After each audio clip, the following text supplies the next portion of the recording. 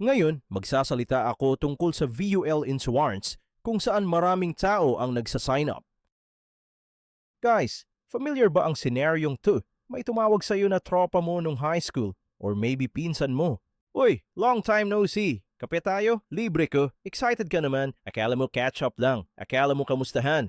Pero pag upo nyo sa Starbucks, biglang may nilabas na iPad or makapal na folder at biglang naging seryoso ang usapan. Bro, mahal mo ba pamilya mo? Gusto mo bang maging millionaire in 10 years? Ito ang solution. Insurance na, investment pa, 2-in-1, all-in-one package. Pinakitaan ka ng graph, pataas ng pataas yung line. Projected return, 10%. Wow! Sabi mo, grabe, yayaman ako dito. Pumirma ka, nagbayad ka ng first premium mo. Umuwi kang feeling mo, responsible adult ka na. Pero, let me tell you something that your financial advisor friend probably didn't tell you. Or maybe, hindi rin niya alam. Yung investment na pinirmahan mo, most likely, lugi ka na agad. Sa unang taon pa lang, kalahati ng pera mo, sunog na. After 5 years, mas mataas pa sana ang kinita mo kung nilagay mo lang sa alkansya. Masakit pakinggan? Oo, pero mas masakit mawala ng pera. Today, we are going to expose the math behind VUL, Variable Universal Life. Bakit ito ang pinaka-common pero pinaka-misunderstood na financial product sa Pilipinas? At ituturo ko sa iyo ang strategy na ayaw nilang malaman mo. Itanim natin ang tamang economic sense sa ating mga anak at sa susunod na henerasyon. Hi, my name is Juan at nag-o-obsess ako sa data, mathematics at kung paano talaga gumagana ang pera. Madalas, tinuturuan tayo na mag-invest ka pero hindi tinuturo sa atin kung saan at magkano ang fees. Kung nahihirapan kang mag-ipon dahil feeling mo napupunta lang sa wala ang binabayad mo monthly at nalilito ka sa insurance policy mo, please click that subscribe button at kung makatulong to sa'yo, hit the like button na rin. Sa video na ito, hihimayin natin ang VUL. Hindi ito opinion ko lang. Ipapakita ko sa iyo ang fees table, ang commission structure. At ikukumpara natin ito sa strategy na ginagawa ng mga totoong mayayaman, BTID, buy term, invest the difference.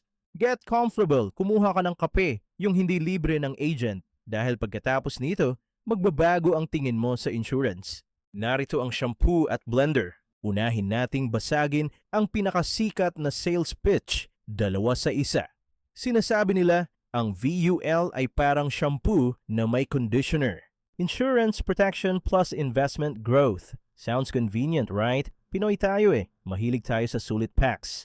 Pero sa finance, convenience ay katumbas ng cost. Kapag pinagsama mo ang dalawang magkaibang produkto, nagbabayad ka ng premium para sa convenience na. Yan, ganito yan gumagana. Nagbayad ka ng 50,000 pesos premium ngayong taon. Ang akala mo, yung 50,000 pesos na yan, ini-invest nila sa stocks para lumago. Mali.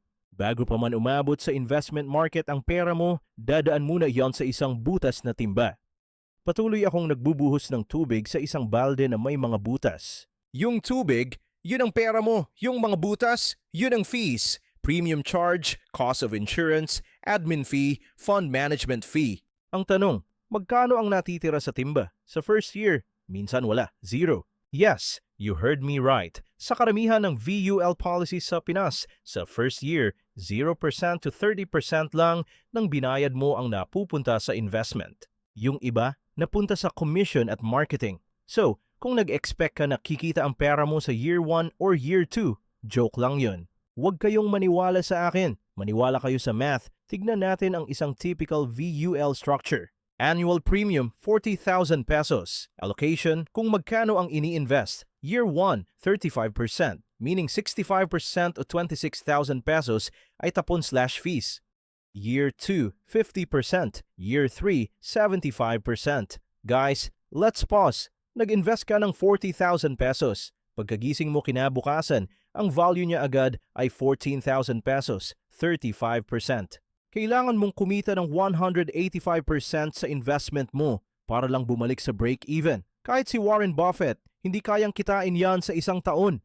Ito ang tinatago ng projected return na 4% or 8% or 10%. Yung projection na yun, nag-a-apply lang sa natira mong pera. Kaya after 5 years, tinitignan mo ang fund value mo. Bakit parang mas mababa pa sa total na hinulog ko? Ngayon alam mo na, kinain na ng fees bago pa tumubo. Paghambingin natin ang VUL at BTID. So, anong gagawin natin? Mag-risk na lang na walang insurance? No. Kailangan mo ng protection, lalo na kung breadwinner ka. Pero hiwalay na diskarte. Ang tawag dito, BTID, Buy Term Invest the Difference.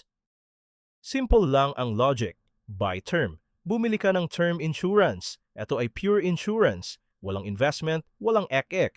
Cover ka lang pag namatay ka. Sobrang mura nito.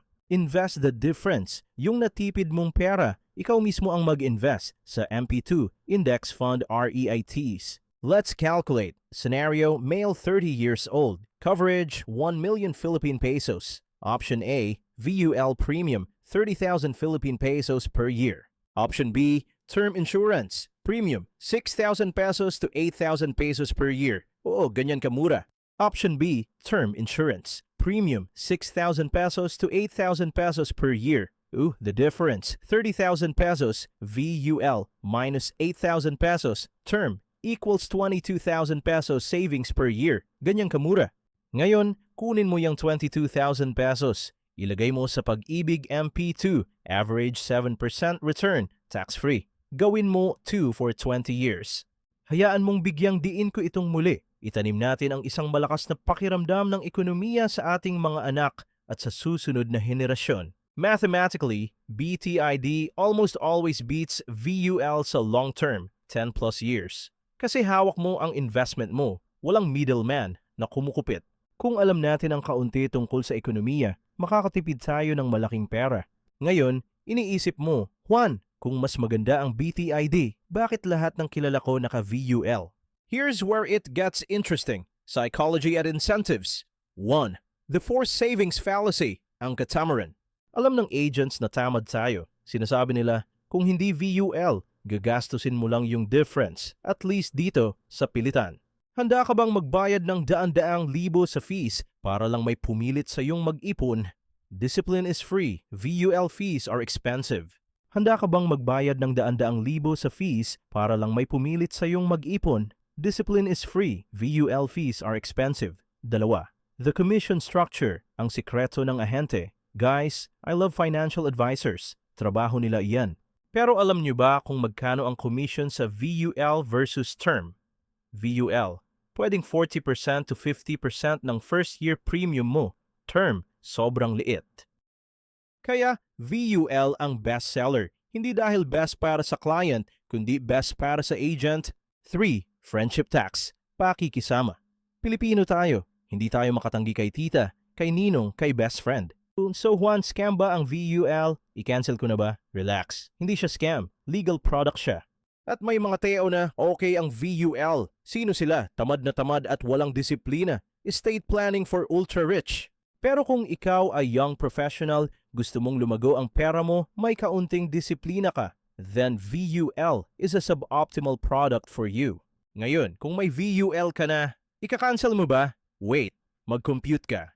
Kung 5 years ka na nagbabayad, tapos na yung expensive years. Baka sayang kung i-cancel mo ngayon. Pero kung 1 year pa lang at na-realize mong mali, cut your losses. Think of it as tuition fee. Ang bottom line ay ito, don't mix insurance and investment. Kaya kailangan mong maging matalino, kailangan mong aralin ang BTID. Pumunta ka sa insurance company, sabihin mo, bigyan mo ako ng term insurance, pure protection. Pag pinilit ka nila sa VUL, ngumiti ka lang at sabihin, I know the math.